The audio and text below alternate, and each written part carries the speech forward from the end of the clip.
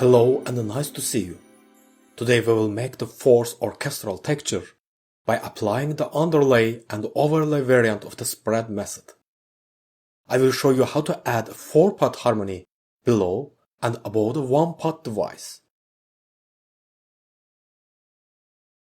If I spread the harmony above the original melody, which is in the C major, it will be in a very high register.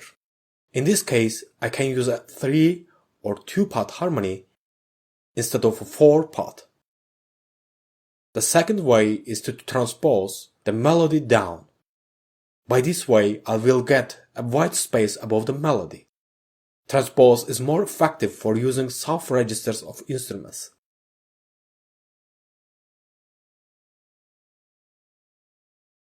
I still use the first device chart for this. The second chart will be explained in future lectures, and you will learn the best combinations of the very low, and the medium registers. So, here are the following possible devices. I get through this process quickly since we have already learned about it. I will make a 1-part device in G4. So, here's my device. 4 French horns, an English horn, violas, and cellos. You can ask me, why did you choose the violas and cellos instead of the violins? Now, let's compare this melody on the horns with different departments of the string section. For example, if I double the horns with the first and second violins in unison, then they will thicken the horn timbre, because the melody will be played on the bottom 2 strings of violins, G and D. These strings are thicker than the A and the E strings.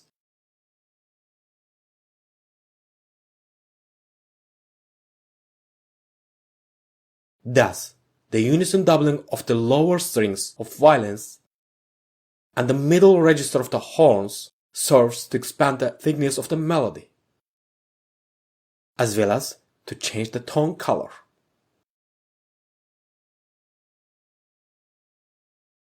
What about the violas?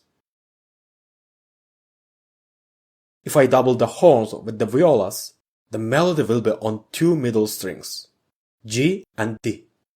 The middle strings are not thick as the lower ones.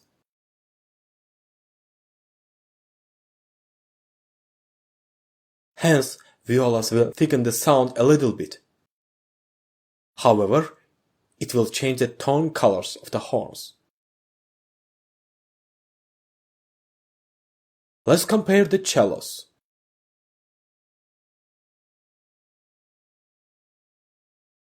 The middle register of the horn corresponds to the first A string of the cello. This string has a thinner and a piercing quality due to its size. Accordingly, the unison doubling of the high string of cellos with the middle register of horns serves just to change the tone color, not to expand the thickness and the power of the horn. It looks like you are adding another circle to an existing one. This combination is useful just to change the tone color. So, in conclusion, the lower strings are best suited to expand the thickness as well as the tone color. The high strings are used just to change the tone color of the existing timbre, not to expand the thickness. Now, let's back to our device. I used mixed timbres. Here the ratio of the instruments is approximated as follows: 1, 8, and 4. As you can see, I didn't balance the wind, brass, and string groups. Thus, here the French horns are dominant due to their strong and thick registers. They also stand out with the number of players. The English horn has a thinner timbre than a single French horn. It will be very weak within the 4 French horns. It looks like you are adding red circle to the thick purple circles. Cellos have a more saddle timbre as they will be played on the first A string. Violas are on their two medium strings and will be a bit soft than cellos. But generally, the string section will be heard within the orchestra due to their thin timbres. Because when thick and warm timbres are combined with thin and cold timbres, they sound alone and as unrelated. Thick timbres cannot absorb thin ones. This means that violas and cellos are used not to thicken the horn timbre, but to achieve a new tone color. Both lines will be sounded individually, because they are played in different registers of the instruments. The tempo is quarter equal to 120. All instruments are in the mezzo piano. So I made the device I wanted. Let's listen to the result.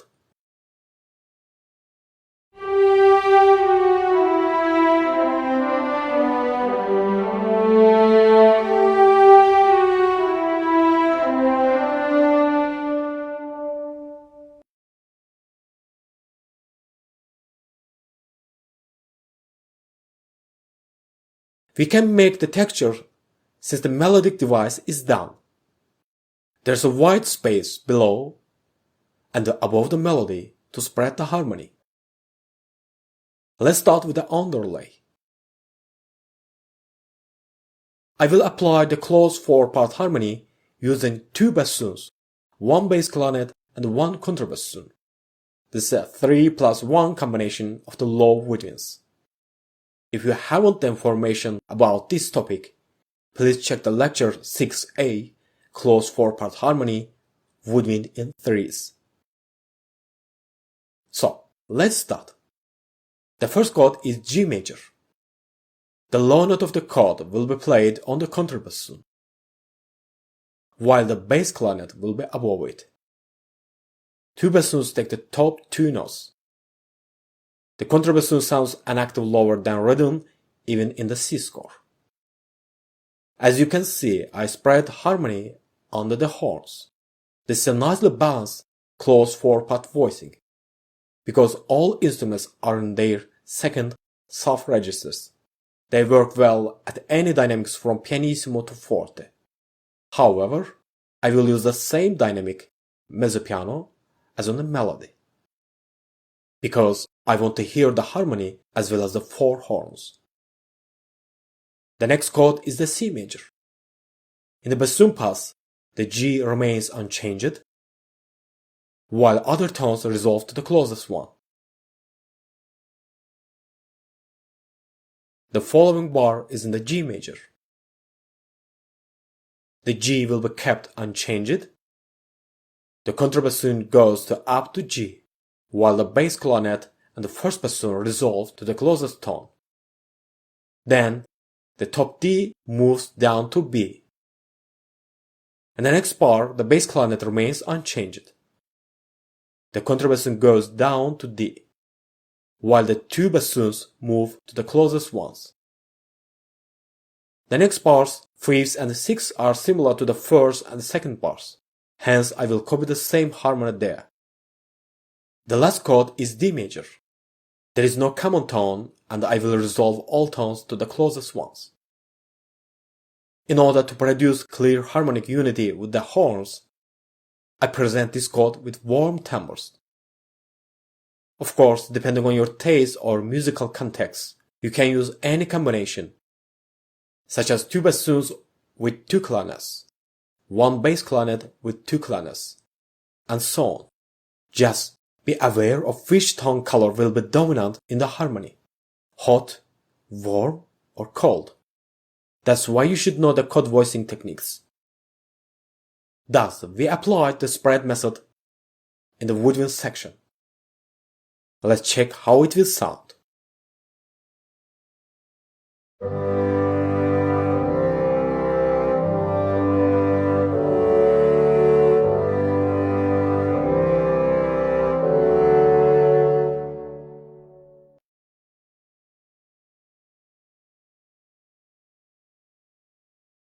The contrabasses will be doubled with the contrabass soon. This is a baseline of harmony.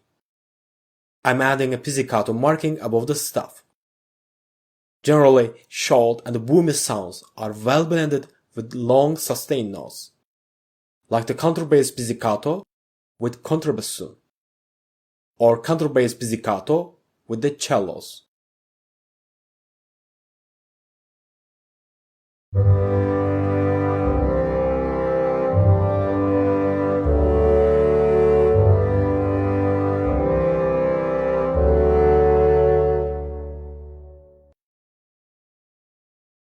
The next step is to spread the harmony over the melody. So let's start. I'm going to voice the close 4-part harmony within the high strings. I will use the divisi technique as it's more compatible with this texture. However, the harmony can be voiced with double or triple stops. Thus, I will spread harmony above the violas. The B and D are on the second violins, while the G and the B are on the first violins. Should be marked with divisi marking. The dynamic markings can be the same or less than the melody. But don't write strong dynamics like mezzo forte or forte, as high instruments easily absorb the harmonics of the lower ones. The next chord is C major. I kept the common sound to get a soft transition between both chords. This is most important. Otherwise, the high part will be dominant and our ear will focus on it instead of the melody. The next part is again the G major. Then the harmony goes to the D major. The following bars are the same as the first and the second bars. The top note of the last chord can be either A or D, but for getting a little climax, I can add the D after the B and C. So we already constructed the texture. Now let's add a non-essential element, the harp. Since we have already learned how to add the pedal diagram, I'm gonna move to part writing. I want to add several part harmony in the middle register. If I place it in the higher register, then it will dominate due to its placked and piercing timbre. As I said, I don't need a distinct harmony above the melody. The wavy lines indicate that the notes should be played as an arpeggio, not simultaneously.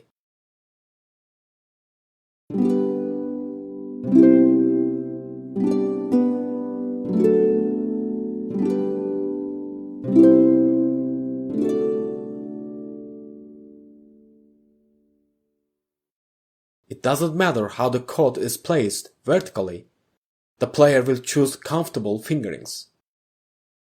I'm writing the same dynamics as on the woodwinds and strings.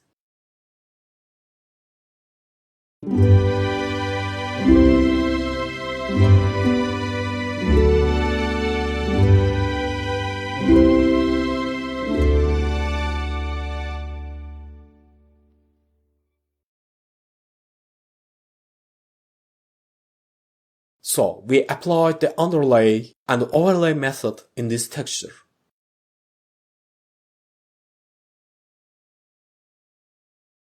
Finally, the warm timbres are used in the low part harmony below the horns, while the cold timbres are in the high register above the violas and cellos. Let's listen to the harmony, then all together.